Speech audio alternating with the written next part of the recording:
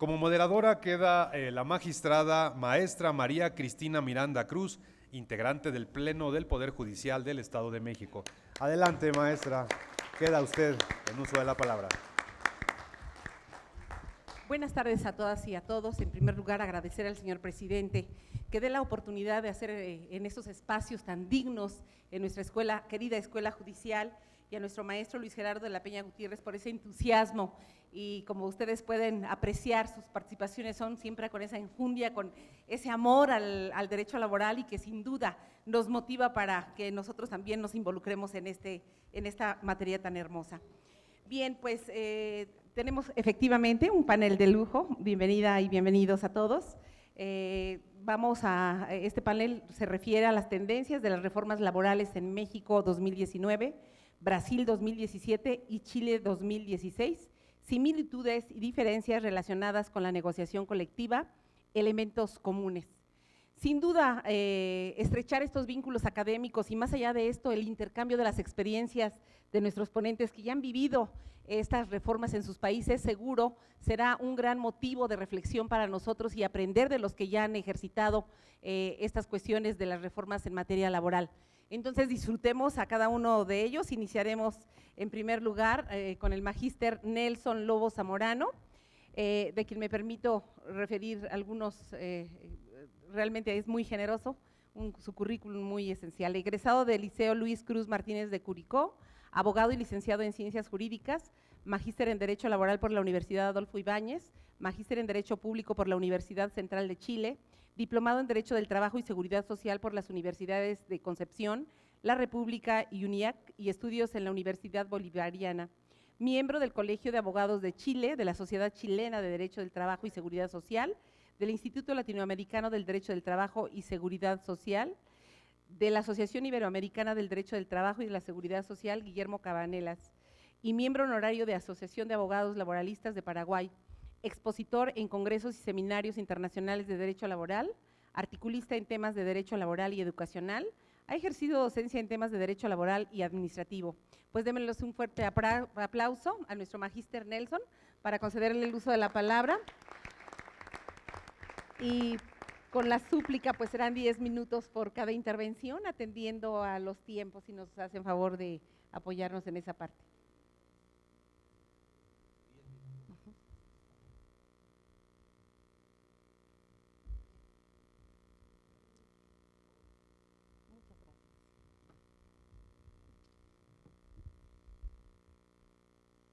Muy buenas tardes. Como primera consideración, quiero agradecer muy especialmente al Instituto Latinoamericano de Derecho del Trabajo y Seguridad Social, especialmente la persona de la muy querida doctora Martita Monsalve Cuellar, con quien he tenido el privilegio de encontrarme en distintos escenarios, en distintos lugares, y de la cual he aprendido mucho. Estoy seguro que en esta oportunidad ya no va a hacer la diferencia, ya la he escuchado, y estoy seguro que los ponentes van a hacer unos aportes extraordinarios. Al mismo tiempo, sé que el tiempo es escaso, pero puede ser muy breve con esto, pero no podría omitir hacer un muy breve homenaje al doctor Óscar Hermida Uriarte, quien falleció hace algunos años, y en este minuto se le está preparando en la República de Uruguay un homenaje muy especial, y de manera que yo he creído, porque tuve también el privilegio de ser su alumno en el magíster que se desarrolló en Chile, y él, con su currículum extraordinario, con su calidez humana de primer nivel, nos enseñó muchas cosas. De hecho, el magíster nuestro llevó su nombre, y hoy se llama así Óscar Hermida Uriarte. También quiero hacer una muy breve referencia casi anecdótica al hecho de que mi currículum está encabezado por mi condición de liceano. Dice que en el liceo, la verdad es que en el liceo estudia cualquiera, y justamente por eso es que yo quise mencionarlo.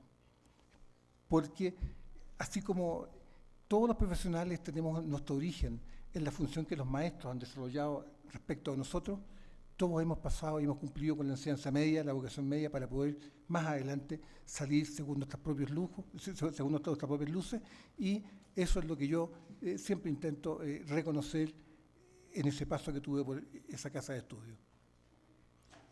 Y por último, quiero felicitar a quienes se encuentran en este minuto de aniversario patrio, el día 15, y comentarles que Chile en este minuto está celebrando su fiesta de independencia justamente el día de hoy. El día 18 de septiembre para nosotros es una gran fiesta y para mí es muy importante estar aquí con ustedes compartiendo este momento y de esta manera. Dicho lo anterior, yo quisiera señalar que el tema en realidad es bastante amplio en cuanto se refiere a la reforma laboral de 2016. Esa reforma que se efectuó en Chile tenía aspectos muy importantes en materia de derecho individual, normas generales y materia de derecho colectivo especialmente. Y dentro del derecho colectivo, mucho de sindicalización y mucho de negociación colectiva. En consecuencia, hago esas precisiones para decir que hay otros elementos que yo obviamente no voy a tocar. Sí me voy a referir exclusivamente a la negociación colectiva, que es el tema que nos convoca. Y al respecto, haciendo presente que por su extensión, quiero permitirme que ustedes me permitan la licencia de seleccionar los temas que parezcan más relevantes, en mi modesta opinión, que pueda tocar dentro de esta exposición. Al respecto, es fundamental, me parece a mí, hacer un par de reflexiones sobre la libertad sindical. La libertad sindical que muchas veces se le entiende como la libertad de formar un sindicato, circunstancias que es mucho más que eso. Autores como el propio doctor Óscar Hermida, como el profesor Sergio Gamonal, los profesores Cadamayo y Ugarte, por nombrar algunos, muchos ya, han dejado muy claro que en realidad la negociación colectiva es algo así como una puesta en movimiento de la libertad sindical. Y que más que libertad es un derecho. En la ponencia escrita que yo hice están las opiniones que dan sobre en particular estos ilustres maestros que yo acabo de mencionar, de manera que en honor al tiempo voy a omitir algunos de ellos. En consecuencia, y dicho lo anterior y aclarado que estamos hablando de la libertad sindical y que dentro de la libertad sindical se encuentra también la negociación colectiva, es bueno clarificar que en Chile la libertad sindical se encuentra garantizada por la Constitución política. Y particularmente en cuanto estamos hablando, la Constitución política la garantiza de esta manera. Dice, la negociación colectiva con la empresa en que laboren es un derecho de los trabajadores, salvo los casos en que la ley no permita negociar. La ley establecerá las modalidades de la negociación colectiva y los procedimientos adecuados para lograr en ella una solución justa y pacífica. La ley señalará los casos en que la negociación colectiva deba someterse a arbitraje obligatorio, el que corresponderá a tribunales especiales de expertos cuya organización y atribuciones se establecerán en ella. Y en cuanto interesa, dice, no podrán declararse en huelga los funcionarios del Estado ni de las municipalidades.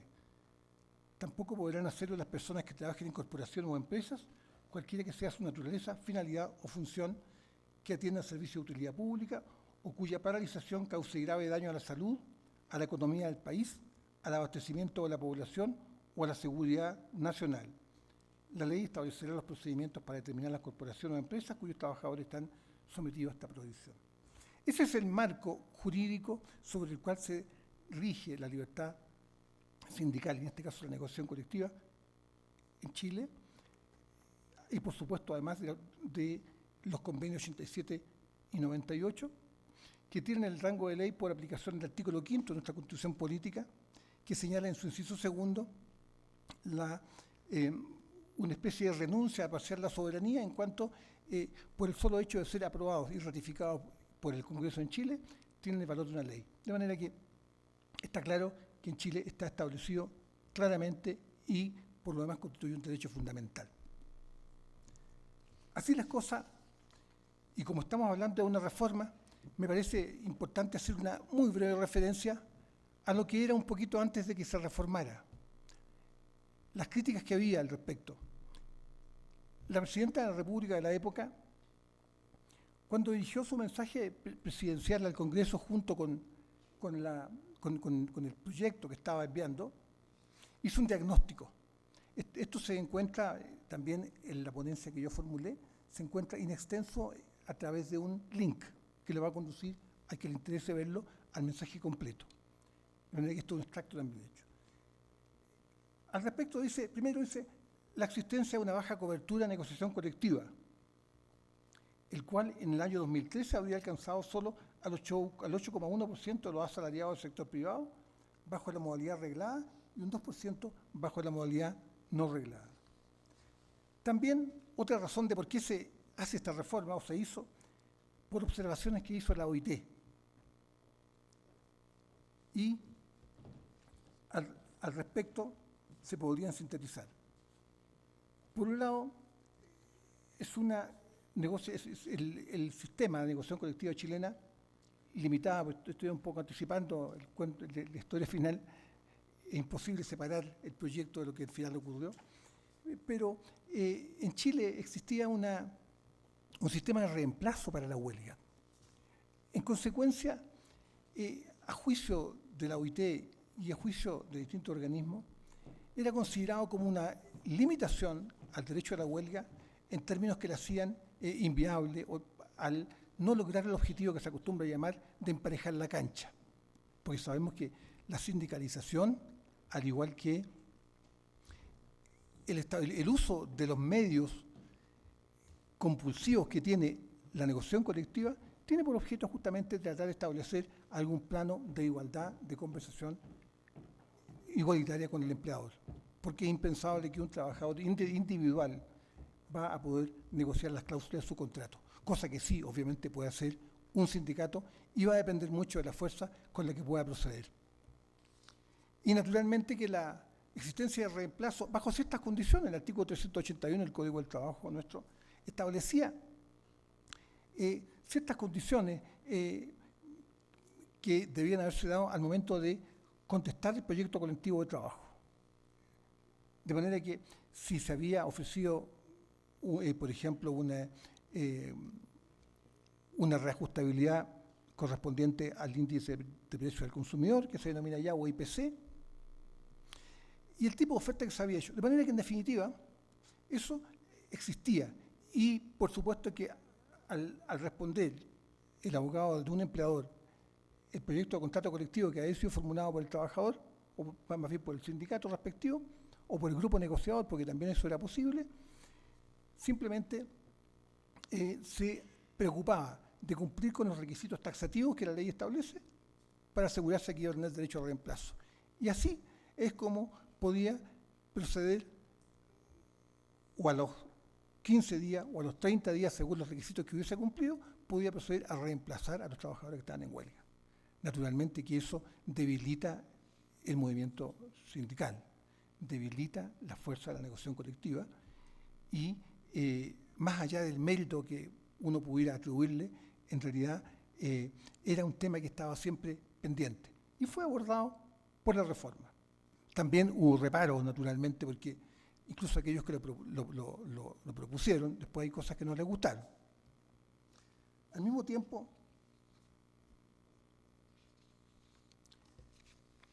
se hizo también una referencia a la famosa titularidad sindical. Lo normal, lo corriente, es que sean los sindicatos quienes asumen la representación de los trabajadores para desarrollar una negociación colectiva. Sin embargo, en Chile era posible con mucha claridad la posibilidad de formar grupos negociadores para el solo efecto de negociar colectivamente. Eso fue criticado duramente en distintos foros porque algunos le atribuían una posible influencia del empleador en la formación de esos grupos y los resultados que se obtuviesen se denominaban convenio colectivo de trabajo, mientras los que se lograban a través de los sindicatos se denominaban contrato colectivo de trabajo, pero el efecto jurídico era el mismo y entre otros efectos jurídicos implicaba que aquella persona que estaba siendo beneficiada por un contrato o por un convenio colectivo de trabajo no podía negociar colectivamente mientras estuviese vigente ese instrumento. Entonces era muy frecuente, naturalmente, que las personas hiciesen un convenio colectivo de trabajo, muchas veces inspirados por el empleador, y otras veces porque simplemente no tenían alguna simpatía con los sindicatos. Pero eran opciones y las estadísticas mostraron en realidad que eso implicaba en alguna medida un debilitamiento del sindicato. También estaba el problema de la extensión de beneficios.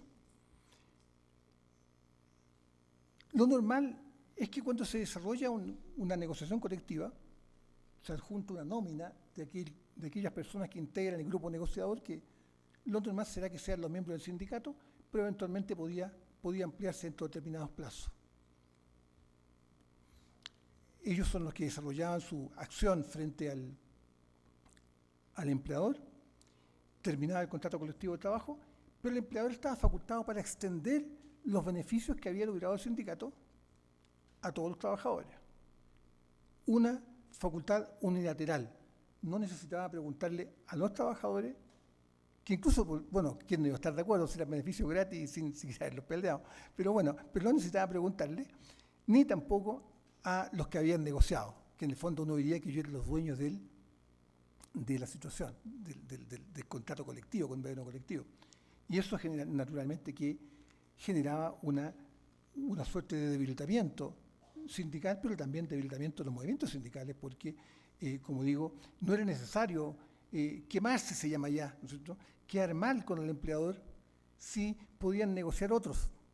Y entonces bastaba con que le extendiera después el empleador. Y por supuesto que al momento de desarrollarse el proceso negociador, la potencia, la fuerza con la que contaba ese sindicato para llegar a una huelga que puede ser más o menos importante, evidentemente que tenía y tiene que ver mucho con que exista una mayor cantidad de afiliados, porque evidentemente que si son sindicatos muy pequeños, la huelga que ellos desarrollen no va a producir grandes efectos y el resto pueden ser de alguna manera y siendo en algún momento reemplazados. Eso también generó problemas. De manera que estoy hablando de temas que son realmente complejos y por el cual se escribieron libros, la huelga y sus limitaciones, por ejemplo, y se trataban ampliamente estos temas que, por supuesto, con mucha profundidad es posible desglosarlos adecuadamente. Y ese tema también, como digo, fue siendo enfrentado en el sentido de que se propuso y se obtuvo, le anticipo el resultado, en definitiva, de que no fuese posible extender beneficios, que la única forma que se extienda beneficios sea con acuerdo del sindicato, o en este caso el sindicato que esté negociando. Ellos están de acuerdo, incluso se deja constancia en los propios instrumentos colectivos que las partes quedan facultadas para, de común acuerdo, extender los beneficios. Y por supuesto, en ambos casos, eso no lo dije hace un momento, tenían que pagar un porcentaje, era un 75% de la cuota sindical. Ahora, ellos también tienen que pagar una parte de la cuota sindical, pero el sindicato puede impedir que se extiendan los beneficios y puede decir, no, esto es solamente para nuestros socios, de manera que aquellos que quieran negociar y obtener beneficios tendrán que afiliarse con nosotros. Ahora bien, sobre la titularidad sindical, ese fue un gran tema. Como dije hace un momento, quienes podían negociar colectivamente eran los sindicatos más los grupos negociadores, formados para ese solo efecto. Entonces la reforma planteó, no, solamente los sindicatos pueden negociar. ¿Y por qué? Porque es un derecho que a ellos corresponde, se fueron a la Constitución, en fin, y en definitiva concluyeron que así era. El resultado fue que esto generó una gran polémica, bastante ácida, lo comento un poco también en la ponencia escrita, toda vez que ustedes comprenderán, bueno, este proyecto fue presentado el año 2014 y se convirtió en ley el 2016, evidentemente que hubo bastante tramitación y bastante polémica. Pero la titularidad sindical finalmente fue aprobada por el Congreso, por la mayoría, porque el gobierno de la época tenía mayorías parlamentarias. Y a pesar de eso le costó aprobarla. Sin embargo, eso no prosperó, no obstante la aprobación del Congreso, toda vez que parlamentarios de la oposición de la época y que hoy están en el gobierno alegaron que se estaba vulnerando la Constitución política, toda vez que se estaba quitando el derecho a los trabajadores de negociar colectivamente. ¿Cuál fue el razonamiento del Tribunal Constitucional? El Tribunal Constitucional dijo: la Constitución política garantiza el derecho a negociar colectivamente. ¿A quién se lo garantiza? A los trabajadores. ¿Cómo qué? ¿Como conjunto? Como individuos. Entonces ocurría que como la afiliación es voluntaria, la afiliación a un sindicato o no, y la negociación colectiva habría sido solo un privilegio de los sindicatos, aquel trabajador que no quisiera entrar a un sindicato, pero que sí quisiera negociar colectivamente, o estaría perdiendo el derecho a negociación colectiva o estaría perdiendo el derecho a su afiliación voluntaria. Muy sintéticamente lo que yo estoy diciendo ahora. Pero eso fue fundamental para que, en definitiva, se eliminara todas las disposiciones que tenían que ver con aquello. E incluso se dejó menciones que autores bien destacados han criticado, porque ustedes comprenderán que cuando un proyecto de ley es creado y desarrollado en un sentido global, con un propósito definido y determinado, y el Tribunal Constitucional lo poda y lo va podando por artículos que se estima que son inconstitucionales, al sacar los artículos pueden quedar cosas que son absolutamente ininteligibles o que le cambian el sentido. A consecuencia de eso, entonces, es que se produjo, como digo, cambios y quedó también ahora el derecho para que los grupos negociadores también puedan negociar. Sin embargo, no quedó el procedimiento. Y en el hecho no existe el procedimiento legal para que los grupos negociadores lo hagan. Cosa contraria a lo que existía antes. Incluso la Dirección del Trabajo emitió un dictamen a través del cual llegó a esta conclusión y estableció el procedimiento. De manera, y en honor al tiempo que me acaba de ser notificado, debo decirles que en realidad la reforma, como todas las reformas, dejó heridos en el camino, dejó ideas inconclusas, dejó también modificaciones que aún están produciendo efecto. En la ponencia que está escrita también están las conclusiones, porque se creó entre otros organismos un Consejo Superior Laboral, el cual está compuesto por tres representantes de empleadores, 3 representantes de sindicatos y 3 representantes del gobierno, y entre ellos se planifica y se colabora con las políticas laborales y se emite informe. Ese comité hizo un seguimiento, y ese seguimiento está también acá mencionado con un pequeño resumen, pero con el link para aquellos que tengan la oportunidad o les interese verlo. Le agradezco mucho la atención, el tiempo me ha pillado, y eso sería por ahora. Perdón. Nelson Lobos Zamorano, la explicación que nos da de manera muy amplia respecto a la negociación colectiva que ha sucedido en nuestro país hermano Chile, y bueno, cómo esta libertad sindical como derecho fundamental ha quedado ya plasmada, explicándonos los motivos de la reforma y que finalmente, como todo sistema jurídico, pues tiene que irse mejorando, pero bueno, agradecemos infinitamente su participación. De nueva cuenta, déme un nuevo aplauso. Gracias. Continuamos con el doctor Domingos Zainaki, abogado, es que está en latín,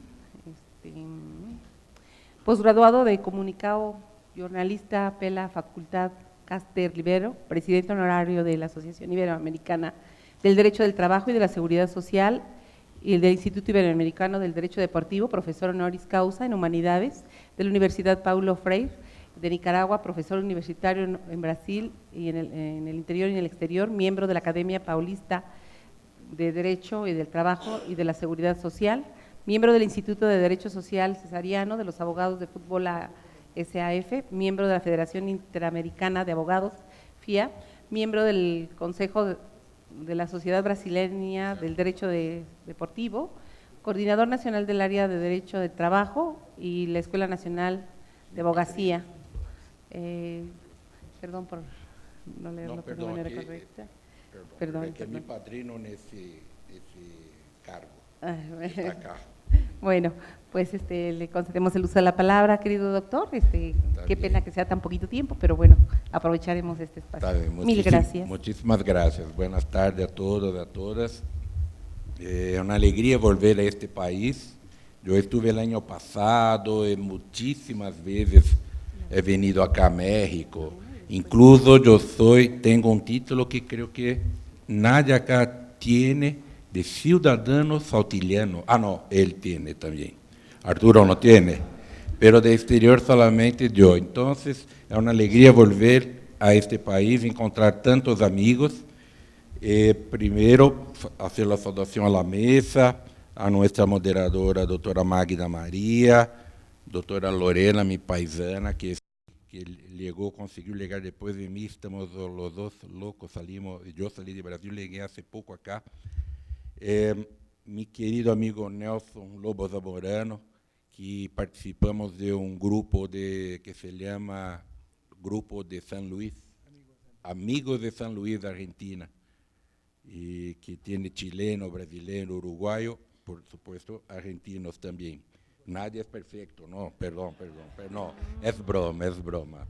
Es que la gente de San Luis, para quien es argentino, sabe que les dicen San Luis, otro país. Es el lema de la ciudad. Mi querido amigo doctor Segundo García y Hugo Ítalo Morales, que él no se acuerda, pero está cumpliendo 32 años de amistad, que nos conocemos en la ciudad de Lima en noviembre de 87. Y es una alegría ahora, después de muchos años, de estar nuevamente en una mesa con el doctor Abel y mi querido amigo Luis Fernando, que es miembro de la Sociedad Mexicana de Trabajo, pero él es de otro grupo que yo participo, que es del Grupo de Derecho Deportivo, Grupo Iberoamericano de Derecho Deportivo, y estuvimos este año en Perú juntos. Y mi querido amigo Arturo, amigo de casi 20 años, que fue presidente de la Asociación Iberoamericana, yo fui su vicepresidente, y después yo llegué a ser presidente también, y siempre bebiendo de sus enseñanzas. Quiero hacer un saludo a la memoria de dos personas muy importantes para mí en este país, Néstor de Buen y sobre todo Baltasar Cavazos. No fuera Baltasar Cavazos, yo no tenía percorrido un sendero en la vida iberoamericana. Entonces, a él particularmente voy a dedicar mi charla de ahora. Muy bien. Hablar de reformas laborales. Este es por ahora el 7º congreso que yo participo afuera de Brasil hablando de ese tema. Pero el primero que voy a me centrar en el tema de derecho colectivo. Tuvimos el mundo, y sobre todo nosotros latinoamericanos, tenemos unas, no sé si coincidencias, pero es facto. Tuvimos, sobre todo en la América del Sur, un periodo de dictaduras militares de derecha en los años 60, 70 y en los inicios de los 80. Después tuvimos la democracia regresa en un periodo de transición. En los años 90, todos nuestros países y las legislaciones de nuestros países eran llamadas de legislaciones neoliberales. Después tuvimos gobiernos de izquierda, donde se valoró mucho más los derechos sociales. Y ahora estamos en un momento que se habla de reformas laborales en todos nuestros países. Y es un desafío muy grande, porque Marta habló hace poco acá que estamos viviendo un momento totalmente distinto con esa cuarta revolución industrial. Y nosotros que trabajamos con derecho laboral, estamos num momento um pouco como tontos, sem saber para onde caminhar neste momento. Como manter direitos sociais, proteções sociais, no mundo onde uno trabalha e não sabe se tem um patrão. Que se habla hoje de uma, como Uber, por exemplo, e outros trabalhos por aplicativos.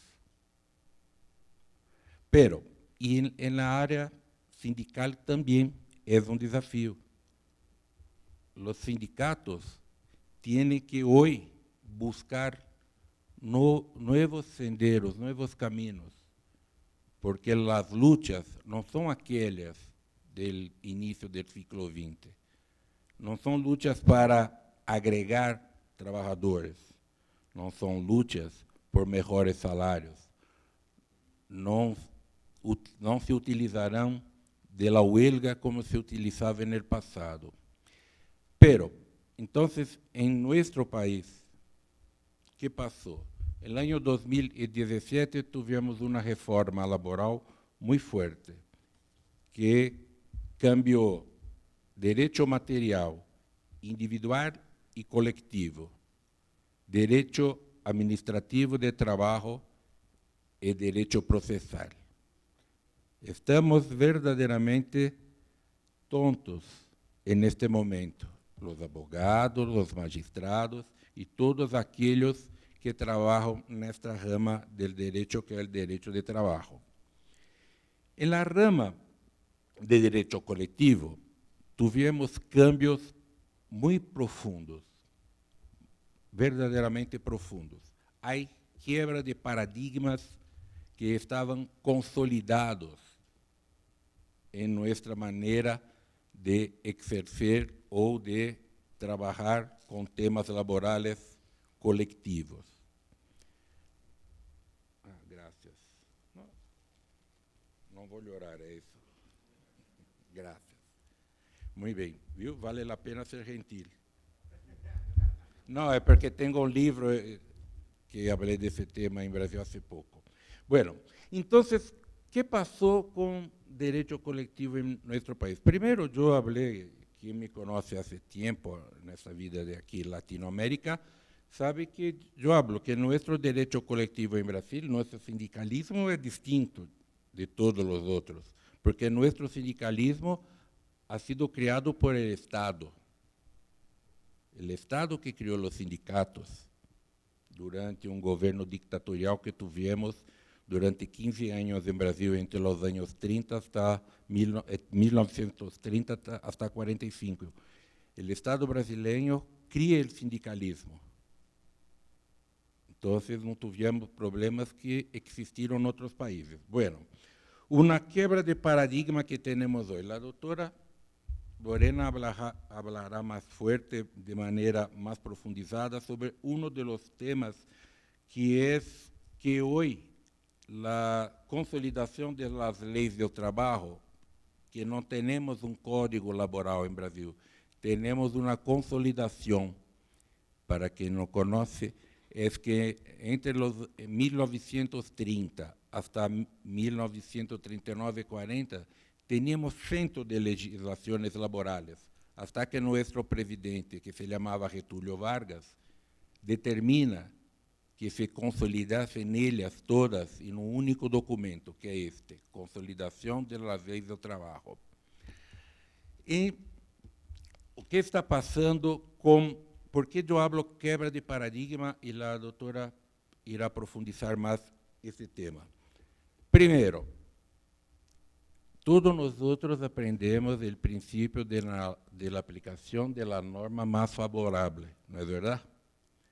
Pero um cambio profundo em nossa lei que agora se permite em certos temas, muitos temas, no artículo 611A da consolidação, que os convênios coletivos podem apresentar normas menores ou não tão favoráveis como as que estão na lei. Isso é um problema. Yo tengo una posición muy particular. Yo no creo que, y quiero hasta escuchar la doctora, porque yo creo que eso está por ferir la Constitución de la República nuestra, cuando en su artículo 7º dicta un rol de más de 30 derechos a los trabajadores, pero en su caput habla. Son derechos de los trabajadores, además de otros, que mejoren su condición social. Tenemos acá un problema. Una otra cosa es que hay entonces ese artículo que tiene 611 de la consolidación, que la ley, el cambio fue en junio de 2017 que vino nuestra ley de reforma laboral, pero entró en aplicación al final del año 2017, 11, 12 de noviembre del año 2017. Entonces, muy nueva. Los tribunales aún están recibiendo demandas para hablar sobre la constitucionalidad o no de muchos de estos artículos. Son más de 100 artículos que se cambiaron en la consolidación. Hay, por otro lado, cuando se habla de negociación colectiva, hay un otro artículo, 611b, que presenta un rol do que no se puede nunca ser motivo de convención colectiva en contrario do que está o abajo do que está en la ley. Y trae algunos temas. Una novedad. Las normas colectivas por la ley, y en este punto no es tan novedad porque no es una cosa tan novedosa, porque dice que los convenios colectivos, los acuerdos colectivos tendrán una duración de no más que 2 años. Era tradicional en nuestro derecho. Pero ¿cuál es la novedad? Que se quitó la ultratividad de las normas de los convenios colectivos. Eso es un tema que está poniendo a todos nosotros en choque en este momento de nuestro país. Otra cosa muy interesante y nueva. El derecho anterior hablaba que si un convenio colectivo y un acuerdo colectivo, un general y un aplicado a uno o más empresas para aquellos trabajadores, si acá tenía un artículo que era mejor, ese artículo de un acuerdo perdería su validez, y ahora no. El acuerdo se sobreporá sobre el convenio colectivo, mejor o no la norma que está en aquello. Y para terminar, el tema principal que se habla en Brasil. Desde cuando criaron los sindicatos en los años 30, todos los trabajadores brasileños tenían que pagar una contribución sindical. Una contribución que en el pasado tenía la denominación de impuesto sindical y después se cambió para contribución sindical, que es correspondiente a 1 día de trabajo de todos los trabajadores brasileños para su sindicato. Una parte, la parte más grande se quedaba con un sindicato, después se dividía para federaciones, incluso para el gobierno brasileño, cuando teníamos mi trabajo. La CLT, con esta reforma, cambió, no tenemos más la obligación de se pagar eso. Y era obligatorio.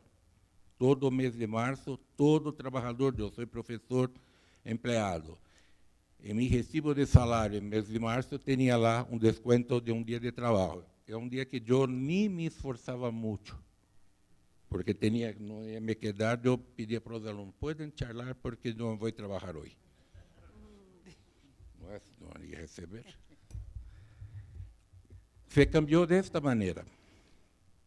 Solamente se puede, el empleador tiene que hacer ese descuento y transferir para el sindicato, pero desde que el trabajador expresamente autorice.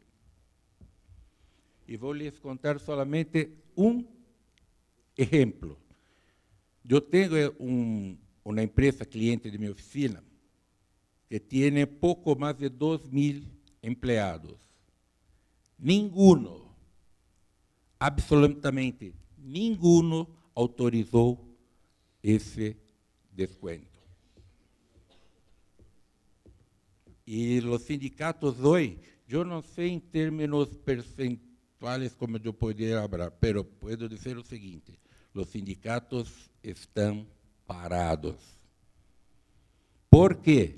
Porque tenían, miren ustedes, no tenían que hacer mucha divulgación, ningún marketing, ningún trabajo, porque millones de dólares recibían en el mes de marzo de cada año.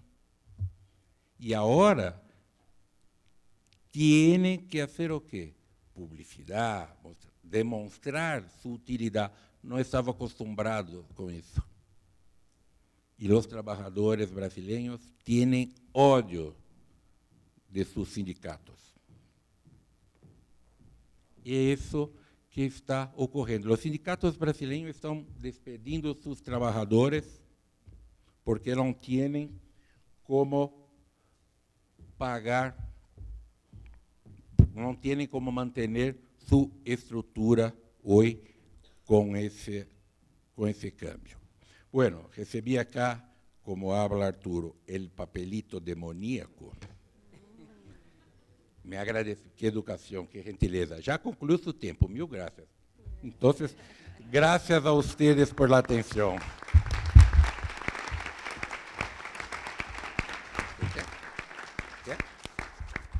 Mil gracias, doctor, por compartirnos cómo entender la evolución y la transición de estos derechos sociales en su país, Brasil, y bueno, también su posición particular respecto a los convenios colectivos y las reflexiones que nos deja usted en estos últimos espacios.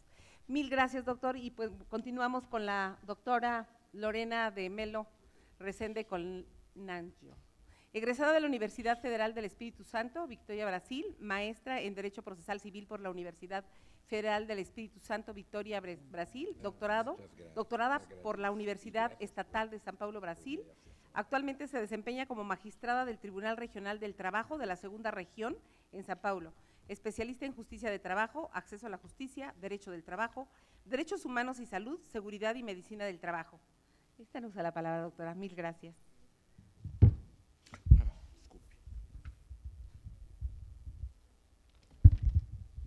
Buenas tardes. Me vou cumprimentar toda a mesa na persona da magistrada Maria Cristina e fazer um agradecimento especial a Marta Monsalve por seu convite, sua invitação. Los pido desculpa porque meu espanhol não é muito bueno, pero intentaré falar despacito para que vocês consigam entender-me. É muito difícil falar depois de professor Domingo, porque é maestro muito rico em suas apresentações. Pero mi tema é a negociação coletiva em Brasil. Como o professor Domingos havia falado, os sindicatos agora não têm mais auspício para hacer su trabajo.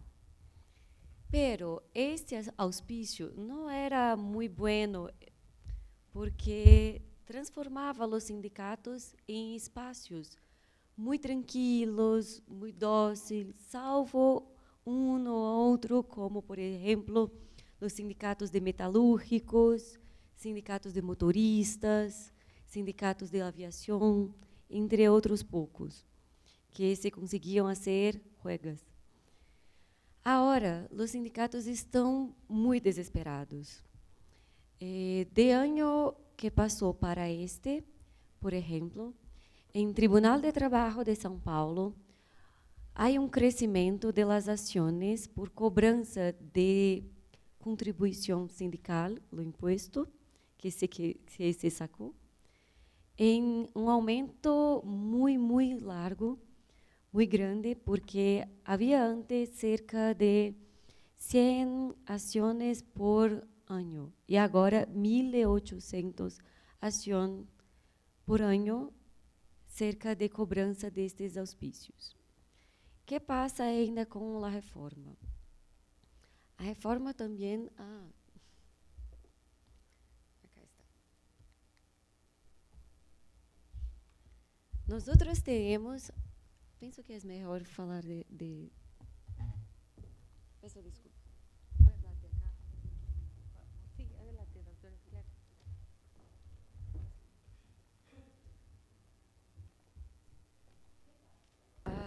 Não funciona. Acá agora, pronto. Agora nós teremos 89,83 milhões de trabalhadores em Brasil não sindicalizados. Sindicalizados, solamente 17,34 milhões, dentre 107 milhões e 200 mil trabalhadores. Desses 17 milhões, são compostos por trabalhadores públicos, em sua maioria. Os sindicatos de trabalhadores privados não têm tantos sócios. E em Brasil, apesar de se haver sacado o imposto sindical, ainda hoje...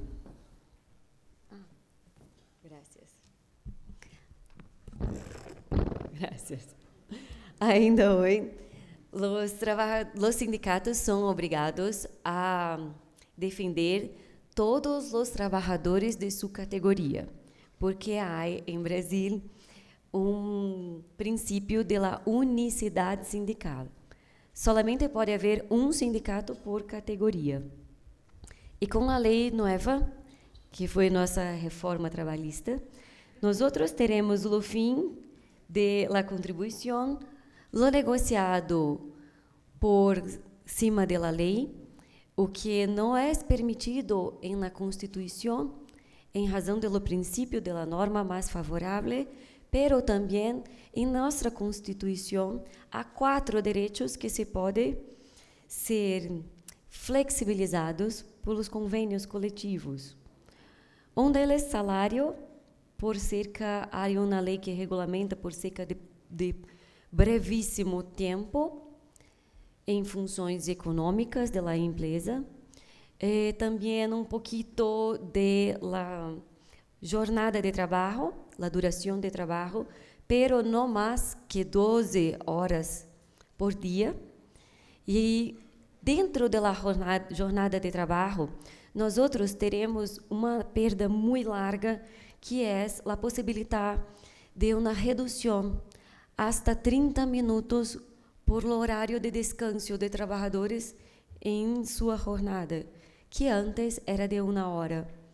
Eu penso que as normas que se referem à seguridade, medicina de trabalho, não estariam dispostas por lo constituinte para que o parlamento agora se pudesse reduzir este tempo, que é tão importante por la saúde, pela concentração dos trabalhadores e que impedem de acontecer os acidentes de trabalho. Também houve a regulamentação da comissão de empresa. Que passa? Em nosso sistema sindical, nós teremos uma pirâmide. Em la base, os sindicatos reunidos em federações, as confederações e centrais sindicais. Pero, as centrais sindicais em Brasil não podem fazer convênios coletivos. Estão proibidas de atuar em la negociação. A negociação se termina com confederação de trabalhadores a nível nacional. Agora teremos também a comissão da empresa, que também não pode fazer negociações coletivas. E estaria em la empresa por tentar fazer uma aproximação entre os trabalhadores e seu empleador. Que passa? Nós outros teremos fora as centrais sindicais, pero em parte política, as centrais têm mais poder que as confederações, até para falar com o Congresso, para tentar novas leis, e esta é sua função. O imposto sindical também era destinado, em pouquinho, para fazer os auspícios de centrais sindicais, e assim eram elas que se funcionavam em Brasília, com os auspícios que se passavam a partir de los impostos sindicais, mas também de sócios que a ela estavam associados e se intentavam. Em Brasil também, com a reforma, se começou a criar uma nova categoria de trabalhadores, os chamados trabalhadores muito suficientes. Muito suficientes porque recebem acima de 2 vezes o teto de los benefícios da Seguridade Social. São trabalhadores com diploma superior, com pós-grado, com curso superior, pero estes trabalhadores são trabalhadores como todos os outros. Se podem falar como engenheiros, CEO, como diretores em cargos maiores em empresa, pero não com poderes de gestão da empresa. E estes podem fazer uma negociação própria com seus empregadores sem a presença dos sindicatos. E é terrível para o Brasil, porque os sindicatos, por mais que não fossem tão fortes, teriam os acordos coletivos e os convênios coletivos para fazer como um guarda-chuva, como uma norma que estaria acima da negociação entre empregado e empregador. E solamente por um diploma superior e um salário maior não é possível entregar um poder que não há de fato a trabalhador para falar diretamente com seu empregador. Eu penso que este também é um ponto da reforma que é inconstitucional, que agride a Constituição brasileira. E no momento que a reforma trabalhista surgiu com a ideia de se fazer uma força maior aos sindicatos para que possam negociar direitos com as empresas para a melhoria de condições de seus trabalhadores, se sacou de los sindicatos o imposto sindical. E como poderemos fazer algo de legislação afastando a lei com um contrato coletivo se os sindicatos, que são seus maiores interessados e representantes, não têm forças ou auspícios para sê-lo? Não houve uma regra sequer de transição. Os sindicatos, como falava meu professor Domingo, estavam muito acostumados a nada a ser de tão forte. Os convênios coletivos em Brasília, há 10 anos, falavam mais ou menos de maiores salários, pero um pouquinho mais para fazer frente à inflação. E nenhum grande direito, porque se repetiam muito do que estava escrito em la lei. A partir de 2004, se sacou do Poder Judiciário o chamado poder normativo, que se dava para que, por exemplo, o Tribunal Superior de Trabalho pudesse empezar as partes normas mais favoráveis. julgando o conflito coletivo. E agora, desde 2005, os sindicatos têm que se entender diretamente com os sindicatos das empresas ou com as empresas, sem essa interferência do poder judiciário que já havia sido sacada. Então, agora, não sabemos o que passará nos próximos anos em Brasil. Esperamos que os sindicatos realmente consigam se reorganizar em torno de trabalhadores. Há um precedente muito importante em Brasil, depois de uma greve histórica de petroleiros, onde o Brasil se reconheceu em Tribunal Superior de Trabalho a importância e a legitimação de uma federação de trabalhadores petroleiros que não se havia conseguido uma autorização de governo para funcionar, a chamada Carta Sindical. E nós esperamos que a pior parte que há em nossa legislação, que é a unicidade sindical, que confronta-se com o convênio 87 da OIT e impede uma negociação coletiva mais efetiva, porque os trabalhadores não se podem organizar-se como querem, pero apenas por la categoria. E este é um precedente muito importante, porque os trabalhadores escolheram a Federação de Petroleiros para representá-los perante o Tribunal Superior de Trabalho em uma greve histórica, e esta federação foi reconhecida por o governo e também pelo tribunal. Depois disto, nada mais se passou e nenhuma outra associação de trabalhadores foi reconhecida assim. Então, este hoje é o panorama da negociação coletiva em Brasil. Outra atividade que o professor Domingos já havia falado. Gracias.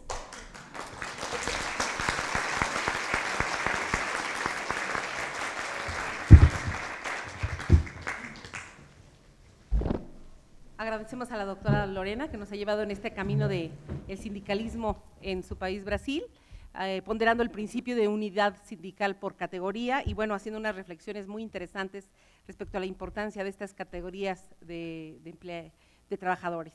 Mil gracias, querida doctora, y continuamos con el doctor Hugo Italo Morales Saldaña, doctor en Derecho, quien me pide, es tan humilde y sencillo, que me pide solamente que lea 2 espacios de su currículum tan amplio. Especialista en Derecho del Trabajo y catedrático en la Universidad Nacional Autónoma de México. Recibámoslos con un caluroso aplauso.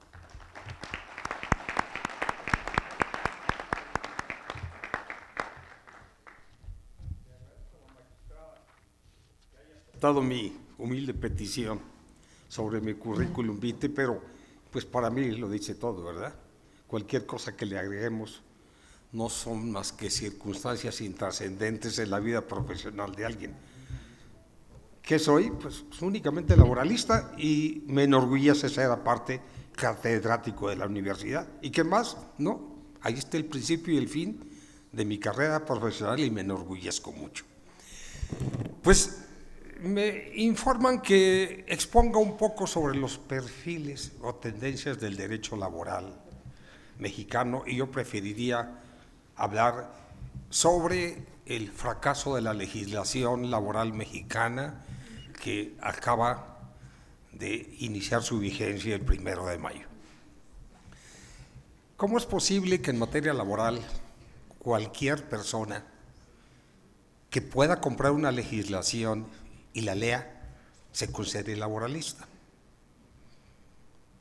El penalista estudia y se especializa, el fiscalista lo hace, pero todo aquel que le hablan de derecho laboral se considera un especialista. Pregúntenle ustedes a la gente con la que se crucen si conoce el salario mínimo, si la jornada diurna, si el descanso semanal, y le va a dar la respuesta. Y con eso se va a considerar que es especialista en materia laboral. Si eso pasa en el público común y corriente, también pasa en materia de los profesionistas. El primer problema que tenemos es que muchos profesionistas nos dicen que el derecho laboral no es un derecho. Bueno, pues desafortunadamente me tocó mi profesión por esa disciplina jurídica donde esa materia que no es derecho me ha obligado a estudiar civil, penal, administrativo, contratos y una serie de disciplinas complementarias de la legislación laboral. Y cuando surge el artículo 123, en sus reformas de 2017, me doy cuenta que las personas que intervienen ahí, en forma muy genérica, me indican que el Instituto de Docencia, de Investigación y Docencia Económica, que imparte la carrera de Derecho, pero no la materia laboral. Pues, qué interesante. Estás encargándole la reforma laboral, constitucional y secundaria a una institución muy seria, muy respetable, admirable, pero no es especialista en la materia. Y con eso entonces comienzan una serie de desprestigios, diciendo que las juntas de conciliación y arbitraje son deshonestas, corruptas, lentas, tardadas, perezosas, que no merecen vivir ni como institución, ni las personas, ni siquiera los litigantes, porque estamos en la misma situación. Y que hay que desaparecerlas y mandarlas al Poder Judicial. Primera pregunta, a los que iniciaron eso. ¿Estudiaron la historia del derecho laboral? ¿Saben cómo nació el artículo 123? ¿Tuvieron la curiosidad de ver la exposición de motivos? ¿Las intervenciones de los diputados? Se dice por algunos autores que antes del 123 había 4 legislaciones laborales: Coahuila, Jalisco, Veracruz y Yucatán. Y resulta que no, teníamos 65 legislaciones laborales previas. Pues no lo sabía, por supuesto que no lo sabías, porque te pones a exponer sobre un tema que no conoces. Y cuando hablas de las juntas y dices que son deshonestas y irresponsables, mi pregunta es, ¿has ido a una junta? ¿Has estado ahí? O si has estado ahí, tu experiencia es por el día o la mañana que permaneciste. ¿Pero eres laboralista? ¿Sabes tú lo que es la conciliación y el arbitraje? ¿Sabes tú que las juntas de conciliación nacieron con el objeto de resolver problemas colectivos y no problemas individuales? ¿Sabes que los legisladores de 1917 pretendían meterse el problema laboral al Poder Judicial? Y los primeros que se opusieron fueron los diputados constituyentes obreros, diciendo la justicia judicial es corrupta y deshonesta. Bueno, afortunadamente después de 100 años ya no pensamos eso de ellos, ya tenemos otro criterio. Son puros, inocentes, expertos, profesionales, pero desgraciadamente nuestro propio gobierno en el poder nos habla del sistema de justicia, no del Poder Judicial, del sistema de justicia, y lo censura. Entonces ya no entiendo. Entonces uno es malo y otro es bueno. ¿Cuál es el malo y cuál es el bueno? O los dos son malos o los dos son buenos. No lo entiendo. ¿Por qué me quieres quitar el tripartismo? ¿Por qué me quieres quitar la conciliación y el arbitraje? ¿Sabes lo que es la conciliación? ¿Puedes diferenciármela de la mediación? ¿Sabes que en las juntas de conciliación no hacemos conciliación, sino hacemos transacción? ¿Por qué? Porque ante derechos irrenunciables de los trabajadores no podemos ceder con esos derechos. Y si un trabajador es despedido y me reclama 3 meses y voy y le ofrezco 1 mes y medio y el conciliador me dice, acepta porque se va a tardar mucho el asunto, y acepta el trabajador, no me pone en un convenio que recibió 1 mes y medio. Dice que se desistió del juicio y que recibe a cambio una gratificación. Eso en lenguaje común y corriente y de acuerdo con el derecho civil se llama transacción. La persona o las personas que haciéndose mutuas concesiones, o sea, renuncia a derechos, eviten un problema futuro o resuelven uno actual.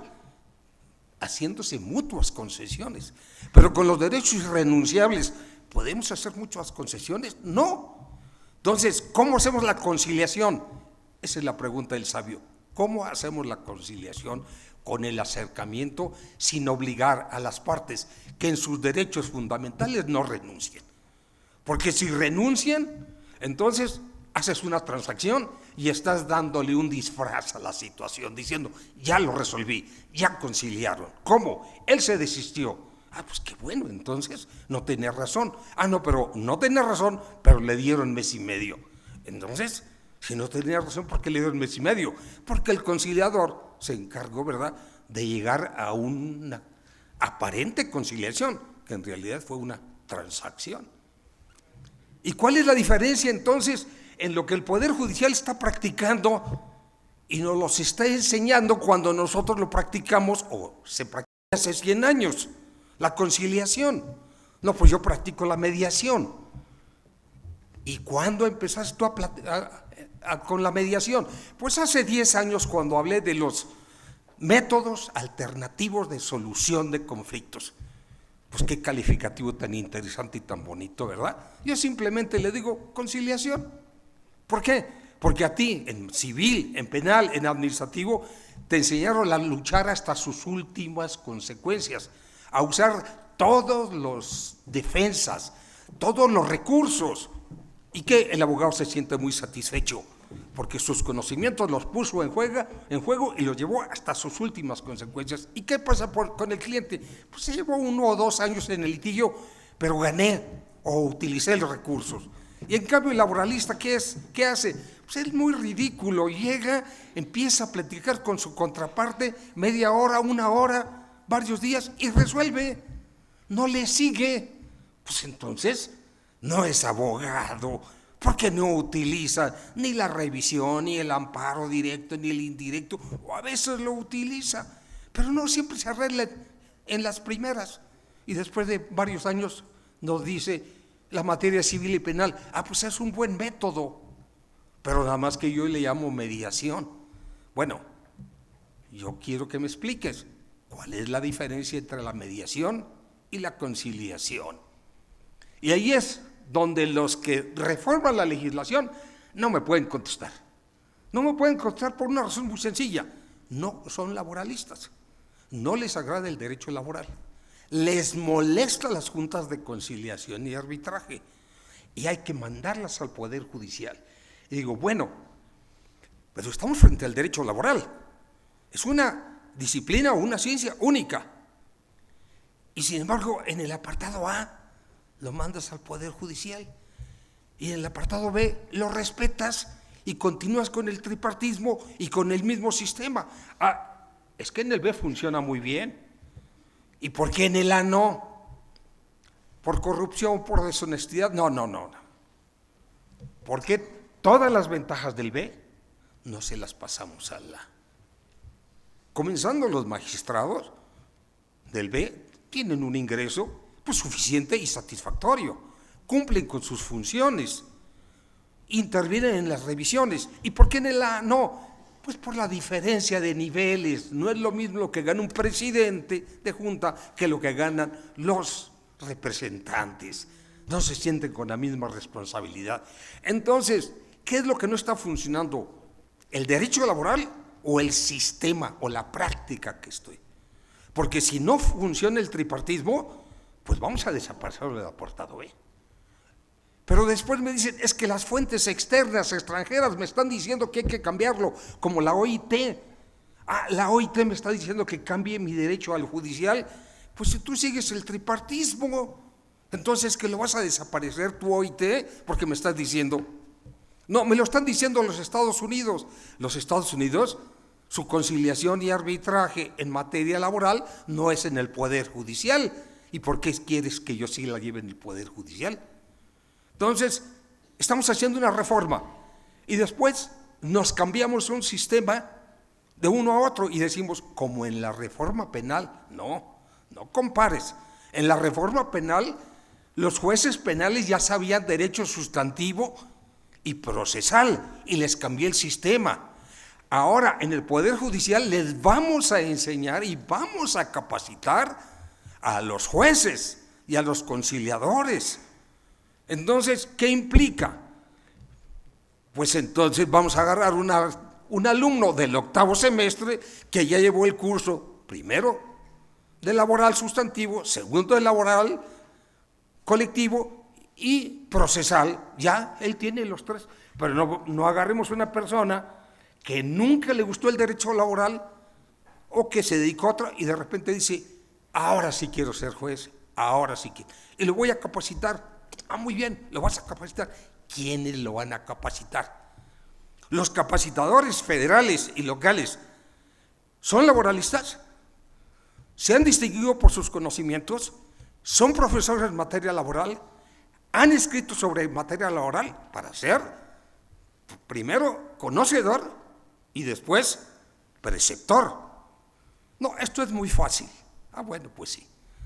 Capacitemos entonces a los jueces, capacitemos a los conciliadores y como dijo el secretario de Trabajo del sexenio anterior, en noviembre de 2019 los vamos a capacitar. ¿Y en cuánto tiempo? 45 días. Le dije, señor, yo lo felicito. ¿Por qué? Porque tengo 60 años de practicar el derecho laboral y todavía no lo conozco y me falta mucho por conocer la capacitación en conciliación y arbitraje. Y usted va a capacitar a sus genios en 45 días. ¿Qué nos espera? A los laboralistas litigantes, una gran ventaja. Vamos a estar frente a novatos, frente a desconocedores, personas que se hicieron en 3 meses, en 6 meses, con un certificado o con un conocimiento y que nos van a impartir justicia bajo un conocimiento que acaban de adquirir. ¿Qué esperamos de la reforma laboral? Yo, un fracaso absoluto. Muchísimas gracias.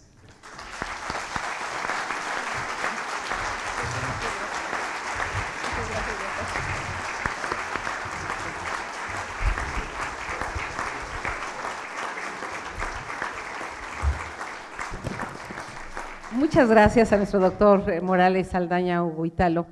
Sin duda que esas reflexiones que a través de su experiencia nos comparte, pues es un motivo o razón suficiente para todos aquellos que se inicien e incursionen, que la capacitación no es de un día para otro. Sin embargo, creemos que también la juventud viene con todo y algo bueno tiene que resultar de todo esto.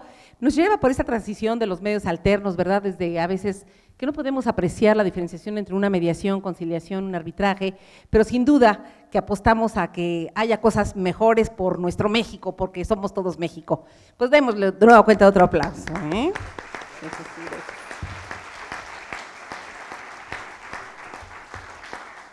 Continuamos con el doctor José Antonio Abel Aguilar Sánchez.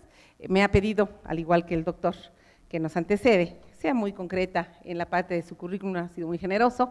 Doctorado en Derecho por investigación por la Universidad Panamericana, fue magistrado del 14º Tribunal Colegiado en materia del trabajo del primer circuito y actualmente se desempeña como magistrado del 2º Tribunal Colegiado en materia del trabajo, segundo circuito. Démosle un caluroso aplauso.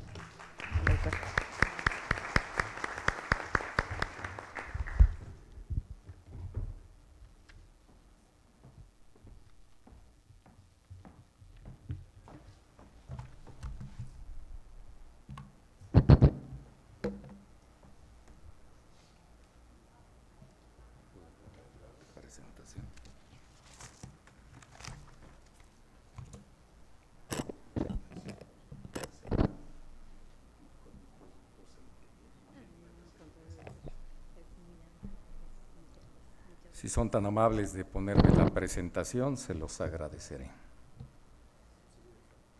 Bien, pues muy buenas tardes tengan todos ustedes. En primer lugar, quisiera agradecer la gentil invitación del Poder Judicial del Estado de México para participar en este importante Congreso Latinoamericano.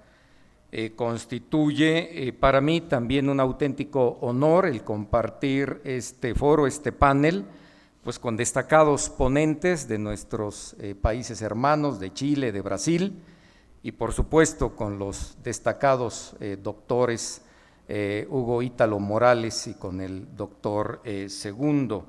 Por supuesto, agradecer la gentil coordinación de la magistrada del Poder Judicial.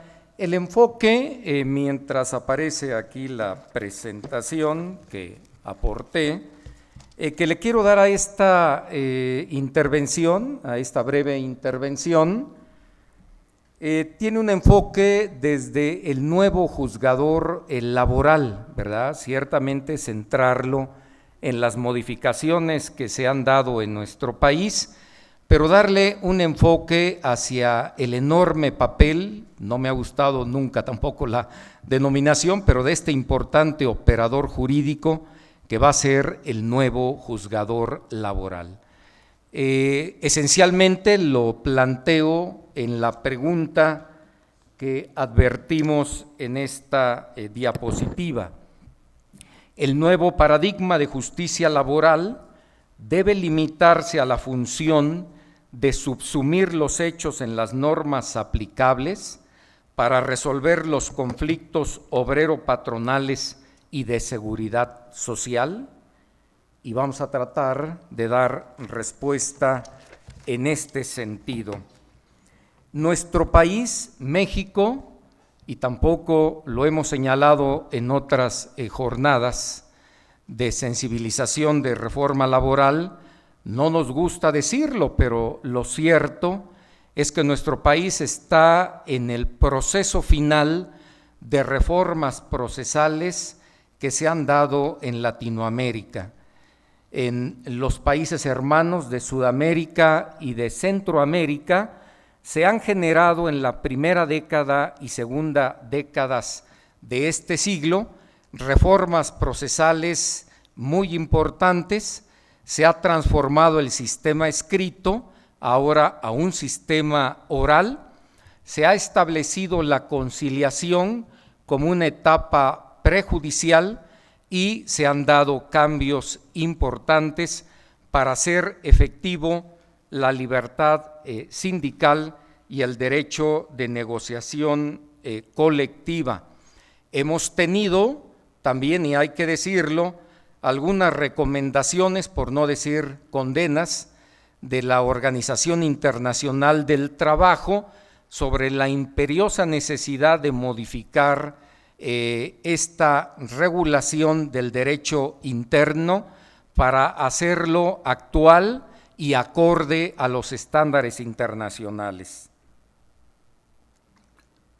En este tenor, pues es muy importante señalar el convenio 87 de la Organización Internacional del Trabajo, que como sabemos, bueno, regula la libertad sindical y el derecho de sindicación. Se suscribió en 1948 y fue ratificado en 1950. Desde este convenio podemos establecer que la libertad sindical tiene tres vertientes: la libertad para afiliarse a un sindicato, para no afiliarse o incluso para renunciar al sindicato al cual el trabajador esté afiliado.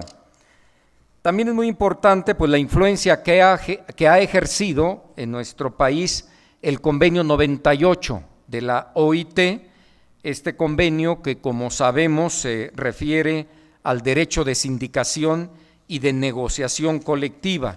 Es un convenio de 1949, ratificado recientemente por nuestro país en 2018, y estará en vigor a partir del 23 de noviembre de este año.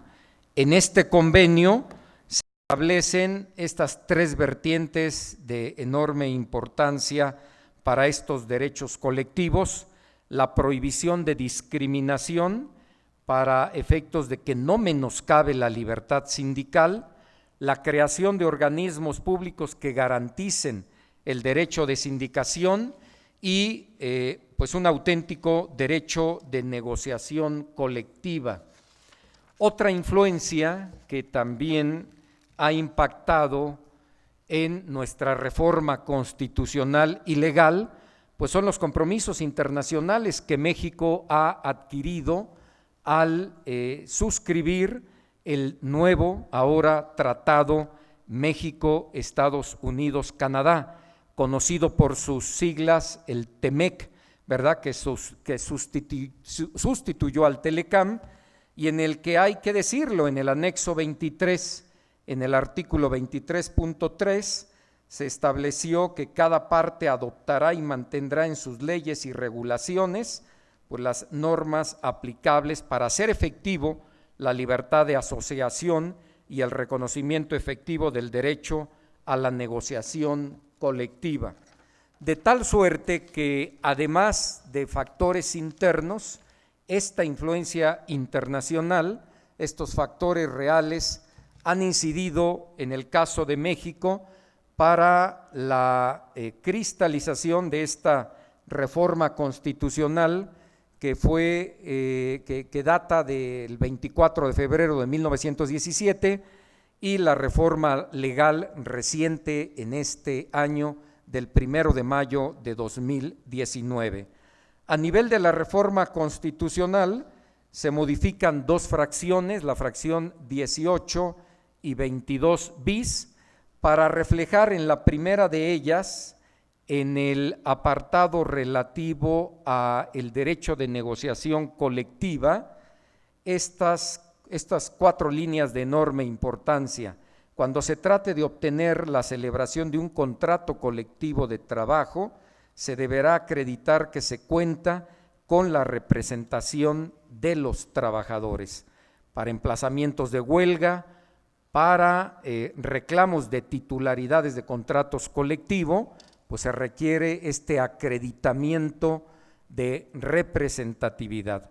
La discusión que se dio legislativa es si esta representatividad debería de ser previa o posterior durante el proceso.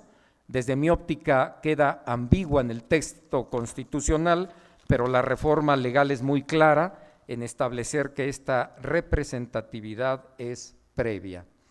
Y también viene la reforma al artículo 22 bis de la Constitución, en donde se establece que en relación a la libertad de negociación colectiva se debe de garantizar representatividad de las organizaciones sindicales, certeza en la firma, registro y depósito de los contratos colectivos de trabajo, y también que en la elección de dirigentes el voto de los trabajadores será personal, libre y secreto, ¿verdad? Resumido, pues en esta frase de democracia sindical. Estas son las bases constitucionales de esta reforma en nuestro país. Las líneas temáticas de esta reforma pues las podemos ubicar en 4 ámbitos: justicia laboral, esta transformación de las juntas de conciliación y arbitraje, ahora en juzgados laborales de naturaleza federal y estatal, en la conciliación, en esta etapa prejudicial, en un nuevo derecho procesal laboral, sustentado esencialmente en 2 audiencias, la preliminar y la definitiva, y en la parte dogmática sustantiva, en hacer efectivo esta libertad sindical y negociación colectiva.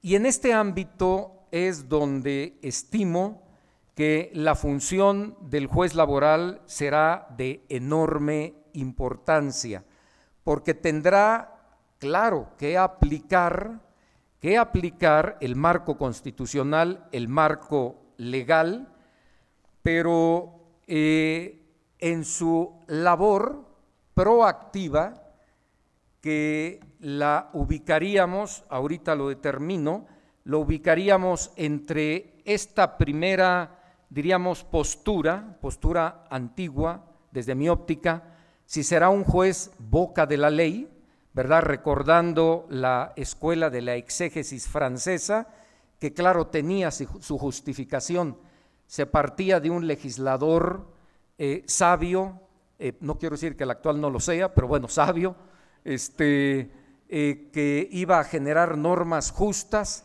y en donde, el juez lo único que tenía que hacer era aplicar el derecho, no interpretarlo.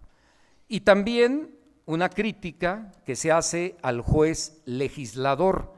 En ocasiones, bueno, hay criterios que van a más allá de lo que está estableciendo la ley, que cambia la ley. Sin lugar a dudas, bueno, la función del nuevo legislador es una función que está en medio de estas teorías, de estas posturas, y conforme al marco constitucional, conforme a los compromisos internacionales, estimo que la función del juez, del nuevo juez laboral, debe de ser una función de juez garante de los derechos laborales, de índole individual, colectivo y de seguridad social, los elementales derechos laborales, derecho al trabajo, la libertad del trabajo, por supuesto el derecho de seguridad social, la libertad sindical, el derecho de negociación colectiva, la prohibición de discriminar, la prohibición del trabajo infantil, entre otros elementales derechos humanos. Y para estos efectos tiene la herramienta del control difuso, que muchas veces, ante la falta de información, y coloquialmente se le dice el control confuso. Bueno, no tiene nada de confuso, hay que entenderlo en su exacta dimensión. Este control se debe de ejercer de acuerdo con los compromisos internacionales por todos los jueces de los estados parte, ¿verdad?, de el sistema interamericano. Nuestro país en 1998 asumió la jurisdicción contenciosa de la Corte Interamericana de los Derechos Humanos y a partir de ahí los criterios, las disposiciones de esta Corte obligan a nuestro país en este sentido, de tal suerte que en estos casos se establece la obligación de este control difuso. Inicia, bueno, con el caso Mirna Macchán contra Guatemala en 2003, pasando por Almonacid Arellano contra Chile, trabajadores cesados del Congreso contra Perú, el caso Cabrera García y Montiel Flores contra México y el caso Hellman contra Uruguay, en donde se traza una evolución del control de convencionalidad, de tal suerte que se establece que todos los integrantes, ¿verdad?, jueces de los estados parte tienen que realizar un control de esta naturaleza. Este control nos lleva ciertamente a inaplicar normas contrarias a derechos laborales, pero no significa que el juez, la principal función del juez en este sentido sea esa. No, esta es una medida extrema. El juez tiene que depurar las normas para que sean acordes a los derechos humanos y pasa por una etapa previa que es la de la interpretación conforme como se ha establecido en los criterios del alto tribunal. Se nos acabó el tiempo, había tema importante para explicar en cuanto a las limitaciones y la diferenciación de este control difuso con el control concentrado que ejerce el Poder Judicial de la Federación. Pero estoy a sus amables atenciones. Gracias.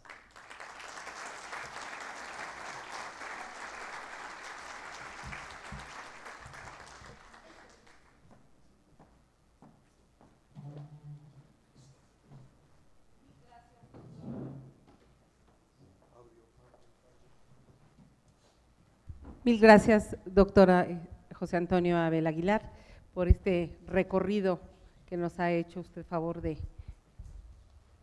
compartir y bueno, finalmente dejarnos esa reflexión a los que posteriormente serán nuestros jueces laborales, ¿no?, de ser garantes de esos derechos laborales y sin duda depurar esas normas para hacerlas acordes a los derechos humanos.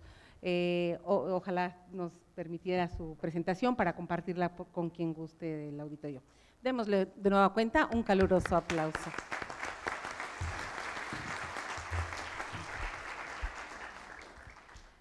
Por último, Nos compartirá su experiencia el doctor Segundo García Hinojosa, también amablemente nos refiere que solamente digamos que es maestro de posgrado de la UNAM. Está en uso de la palabra, querido doctor. Mil gracias.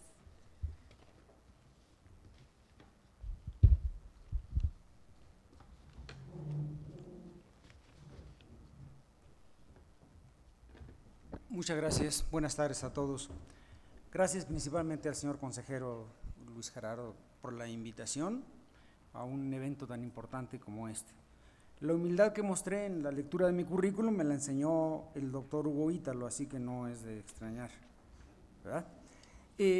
Yo voy a cambiar la dinámica que tenía preparada porque era un poco más tendiendo a lo filosófico y voy a hacerlo totalmente práctico porque los veo casi dormidos a todos. Entonces, vamos a hacer que despierten y que podamos gozar de esto con casos muy concretos, muy prácticos y que tocan puntos álgidos en relación con nuestra reforma, que ha tenido pronunciamientos absolutamente adherentes como los del señor consejero, de rechazo en lo colectivo por mi compadre y hermano Tomás Natividad y desde luego por el doctor Hugo Ítalo en forma terminante lo individual, ¿verdad?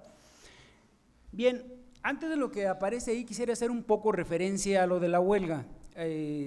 Ya mi compadre Tomás había platicado la evolución de la huelga, cómo inicia en la Constitución, cómo se reglamenta, y yo quiero analizar un poquito nada más, ya no los requisitos para poder emplazar a huelga, sino el artículo 937 de la ley laboral en relación con el arbitraje de parte de la Junta. Como ustedes recuerdan un poquito, esto nació de una inquietud por un asunto concreto que había con Grupo México y el Sindicato Minero. Tenía la huelga estallada aproximadamente 3 o 4 años y no se encontraba la forma cómo terminar con ella. Llega un momento en que el director de la empresa, teniendo a su grupo de abogados, como 20 si ustedes quieren, les increpa y les dice, o nos increpa y nos dice, si ustedes gustan, ¿que no tengo abogados? Si yo estoy dispuesto a pagar lo que le deba a los trabajadores, si yo quiero levantar la huelga, si yo quiero tener mi empresa, ¿no tengo derecho a hacerlo? ¿Para eso son abogados? ¿Dónde estudiaron? Ahí el doctor Hugo Ítalo podría decirnos dónde. Bueno, pues resulta que se nos ocurrió plantear la imputabilidad de la huelga. Toca, la Junta desde luego dice no, hay un precepto específico de la ley que dice que no procede. Se impugna la constitucionalidad del precepto específico de la ley. Saben ustedes que en materia de constitucionalidad, cuando se declara la misma como procedente, no solo atañe o ataca y nulifica a aquella que es objeto directo de la impugnación, sino también aquella que sufre los efectos de irrogación del mismo. El juez tercero de distrito dice que sí tiene razón la empresa, llega a la corte, llega a manos de la ministra Luna Ramos. Ella tarda con el proyecto aproximadamente 1 año y medio, y esto es importante por los puntos que vamos a tratar más adelante.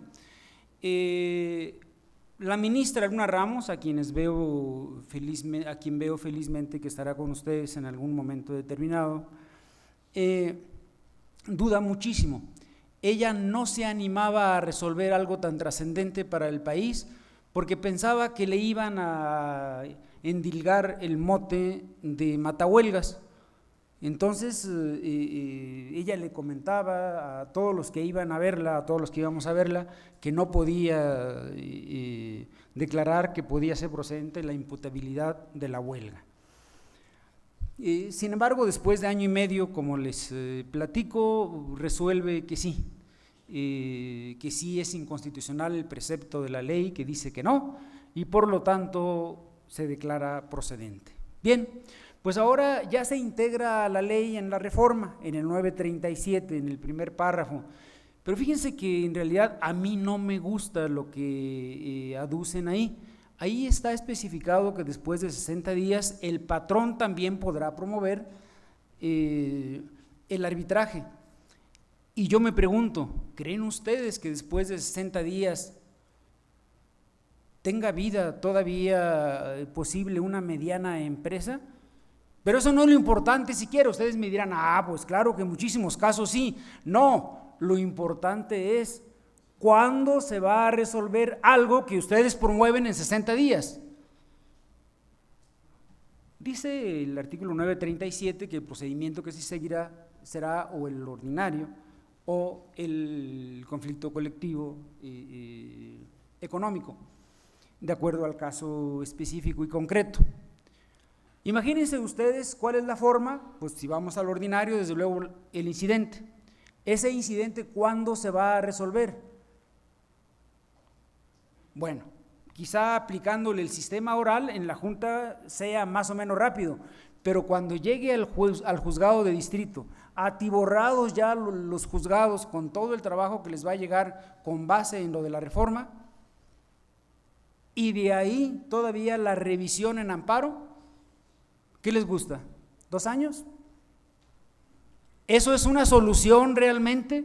Porque muchos abogados empresariales pregonan como un gran logro el 937, que además lo trasladaron ya a una de las causales, la cuarta, determinación de la huelga, lo cual, bueno, pues era prácticamente obligado, ¿verdad? Era muy específico, muy concreto, como cuando a Pepito le preguntan, Pepito, ¿cuál es el principio de Arquímedes? Y dice, pues se me ocurre que es muy sencillo. Arquímedes un día se subió a su mamá y de ahí nació Arquímedes. Yo creo que ese es el principio.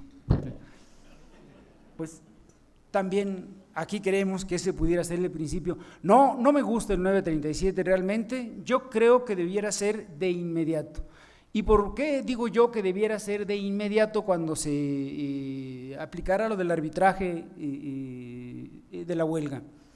Porque miren ustedes, ¿cuáles son los intereses que tentativamente va a resolver la Junta? Las demandas del sindicato enfrentadas a las defensas del patrón. Si tiene razón el sindicato, la Junta se lo va a decir y se acabó el conflicto, porque el patrón seguramente lo aceptaría si fuera una resolución justa, y si tiene razón la empresa, pues también se lo va a aplicar, y si hay buena fe del sindicato se va a terminar. ¿No les parece que fuera mejor que la reforma se hiciera de esta manera? En fin, lo dejo como un punto de reflexión, como una aportación muy personal, y pasamos a ver esos 3 casos. Van a ser muy breves, el tiempo apremia, y yo quiero que analicemos el 110 en la fracción sexta en el último párrafo. El 110 dice que los descuentos en los salarios de los trabajadores están prohibidos, salvo en los casos y con los requisitos que señala, y ahí va enumerando cuándo se puede descontar del salario de los trabajadores. Pero fíjense que el último párrafo ya la maestra brasileña nos lo explicaba, lo que se practica en Brasil, que además si nosotros comparamos Brasil con México, pues vemos que en materia de ley laboral estamos mejor, no económicamente, eso es muy diferente, ¿verdad? Pero creo que en derechos colectivos estamos mejor. Dice, el trabajador podrá manifestar por escrito su voluntad de que no se le descuente la cuota sindical, y el patrón obviamente tendrá obligación de no hacerlo. El maestro, no sé si Domingui, porque la verdad es que ni sé cómo se pronuncie, pero creo que sí es Domingui, ¿no? Domingo. Bueno, ese. El maestro nos decía cómo él, teniendo un caso concreto, 2,000 trabajadores le manifestaron a la empresa que no les descontara los salarios, y eso ocasionó un deterioro de la actividad sindical. Yo a estos 3 casos inquietantes que les pongo como ejemplo los titularía: ¿estamos en México ante el fin del sindicalismo activo? ¿No creen que este pudiera ser un principio del fin del sindicalismo? si la mayoría de los trabajadores son afectados por los descuentos sindicales, ¿van a aceptar los trabajadores de buen grado que se les esté descontando su sueldo? ¿Habrá tan buena fe y tan buena voluntad en los trabajadores cuando su sueldo apenas les alcanza? Está para analizarse, ¿verdad? Pasamos al segundo caso. Es el artículo 360, el que nos habla de la clasificación de los sindicatos. Eso no tiene la mayor importancia.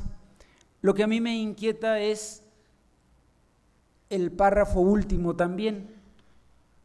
Dice, la anterior clasificación tiene carácter enunciativo, por lo que no será obstáculo para que los trabajadores se organicen en la forma que ellos decidan.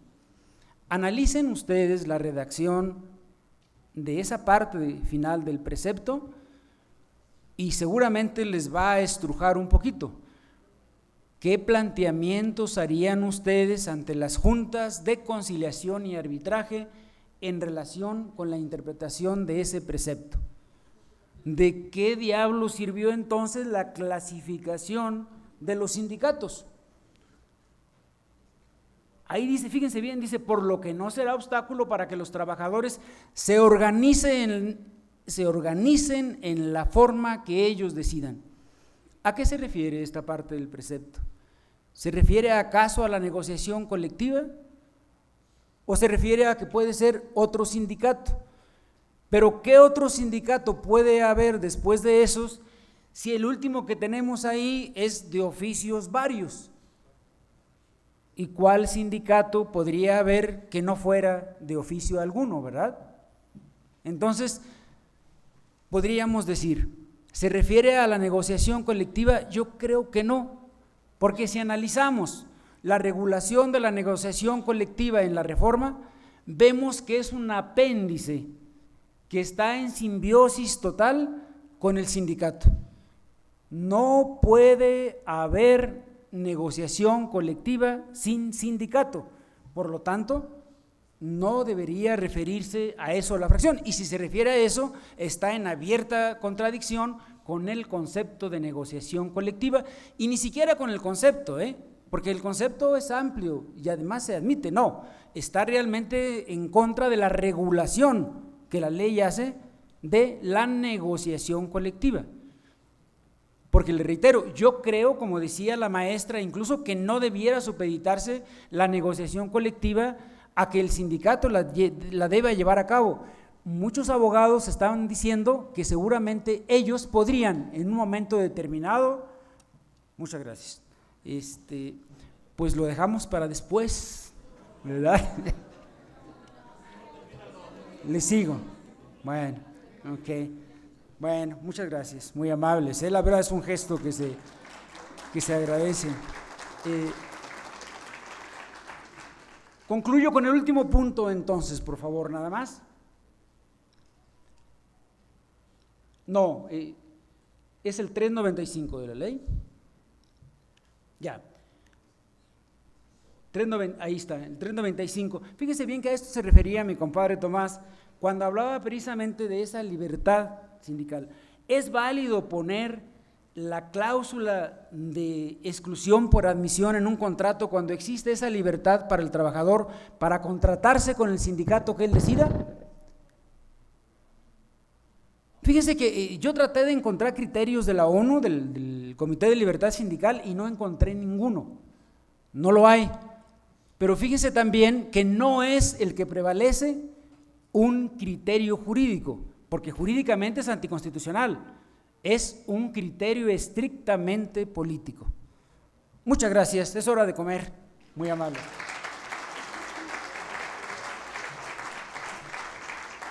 Okay, adelante. Por razón de tiempo ya omitimos el espacio de preguntas y respuestas, sin embargo, pueden hacerlas llegar aquí a los correos.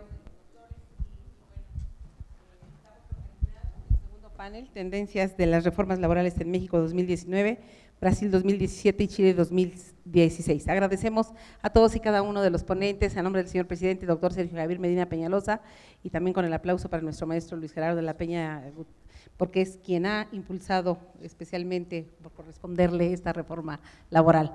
Muchas felicidades, muchas gracias a todos y pues un caluroso aplauso para todos. Con la enseñanza de mi escuela judicial, poder judicial me